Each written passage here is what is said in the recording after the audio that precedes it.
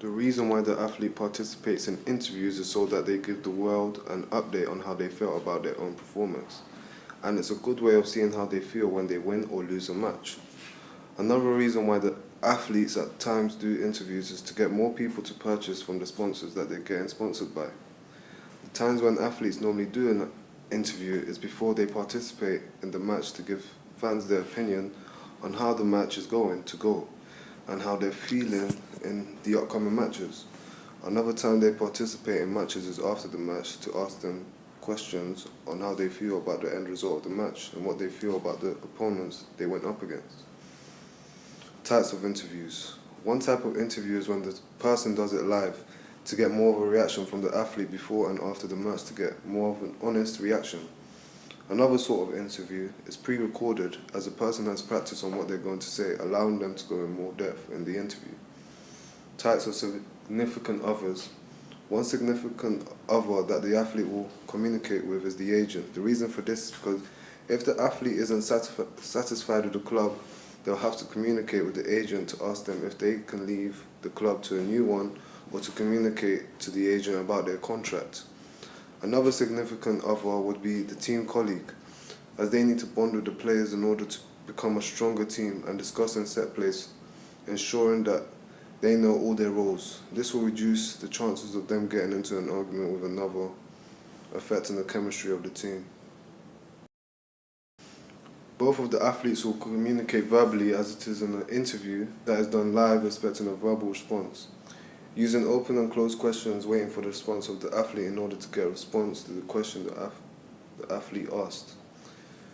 Demonstration of non-verbal communication. Eye contact to show you're interested, looking at the other person eye to eye. Active listening, nodding your head continuously so you know that they're interested. The way you appear in front of an interview is important, as if you're looking scruffy, it may ruin your image.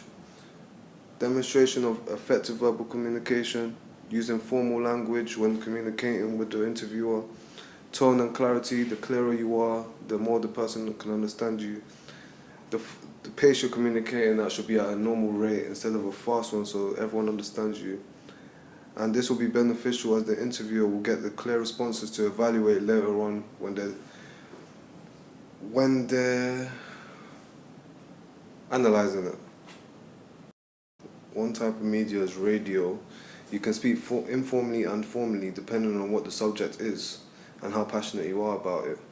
The person doesn't need to worry about their appearance in front of others, as no one is looking at them or seeing them on TV, and they can read off a script, which makes it easier when they're communicating with the whole world through a broadcast. An interview with a manager would be less formal, as they are asked questions on the spot, which means they need to think of the answer back to that question on the spot. An example of this would be the person asking, "What did you think of the club?" or "How do you feel about the athlete's performance?" The tone in the interviewer's voice would be intense at the time because they want a response as quick as possible. The difference between the two is that on the radio you get more of a preparation of what you're going to answer and you know what you're going to talk about.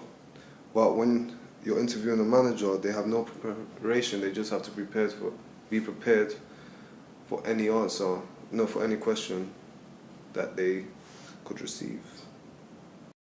The 5 most important things for an interview is clarity, so others can understand you; pace, so everyone can understand you and they can follow through what you're saying; appearance, as you're judged on your appearance, and the better your appearance, the better judgment as you're representing the club; and the correct language, as you need to communicate formally at interviews.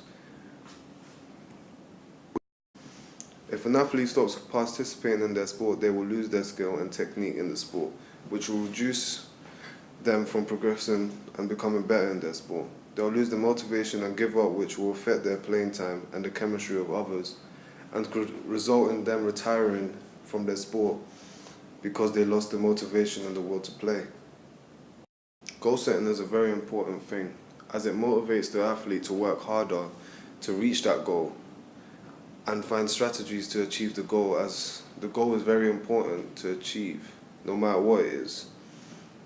Furthermore, a SWOT analysis is when you analyze the athlete's strengths, weaknesses, opportunities, and threats, and tell them so they can work on them weaknesses and threats, and reduce the chances of them becoming a bad athlete.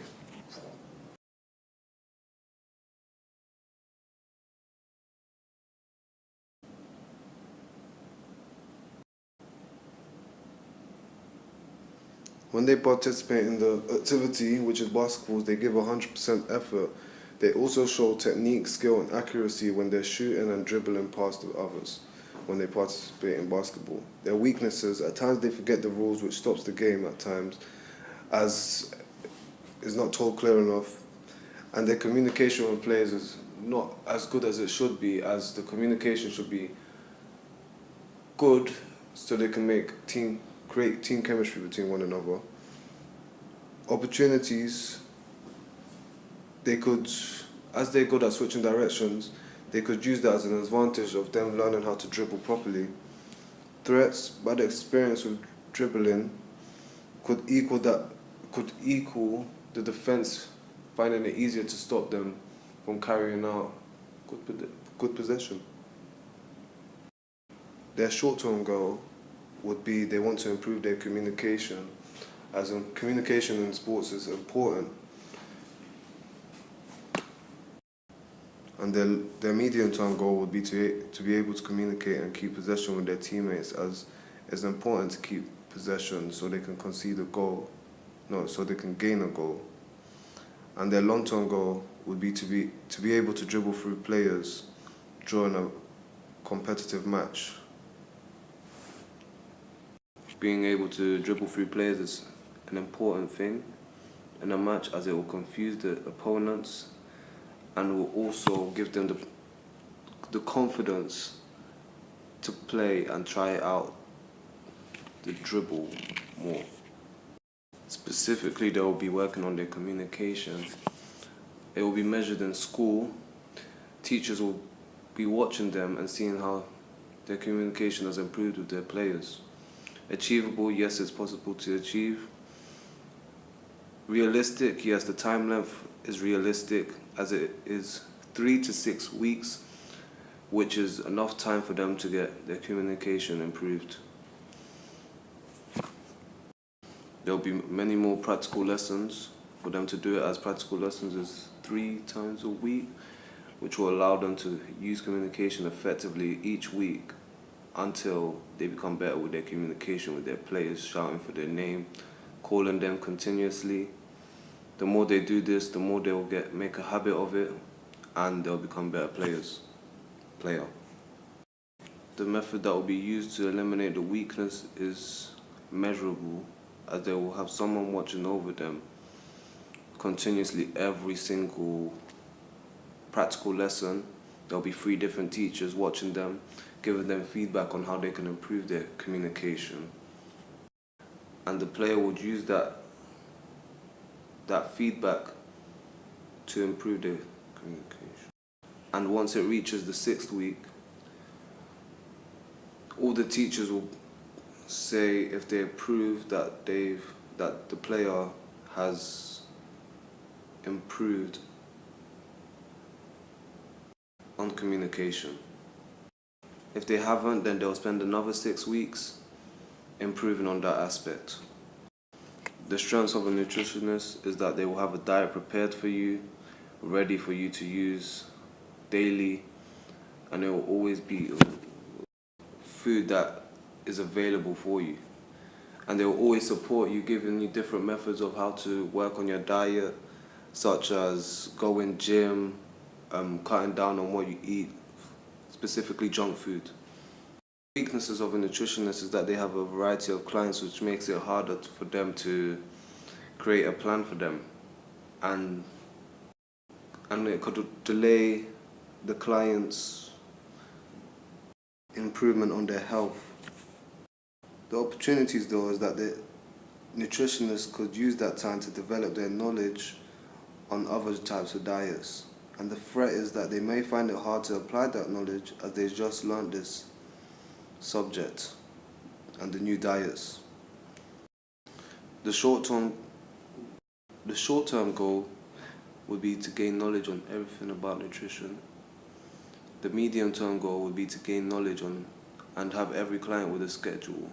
Their long-term goal would be to use the knowledge gained to help an individual even more. Gaining knowledge on everything about nutrition will make it easier for them to make a diet for their client, as they could use that information to make the lifestyle of their client easier. And to gain knowledge and have every client with a schedule will be good, as the client will be provided with a schedule quicker, and they will become more organized when they have a client to communicate with or appointment. The university course required for their improvement would be sport and exercise science, as it mainly talks about nutrition,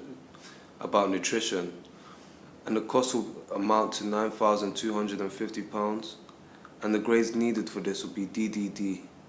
The reason why they'll need this university course is because it mainly focuses on nutrition, the body, and how the body needs to adapt, and the requirements for it to remain healthy for before matches, after matches, training, various factors. So this is the reason why they need this university course. There's others, of course, but specifically this one would help them with their improvement on the subject and in their career as a nutritionist.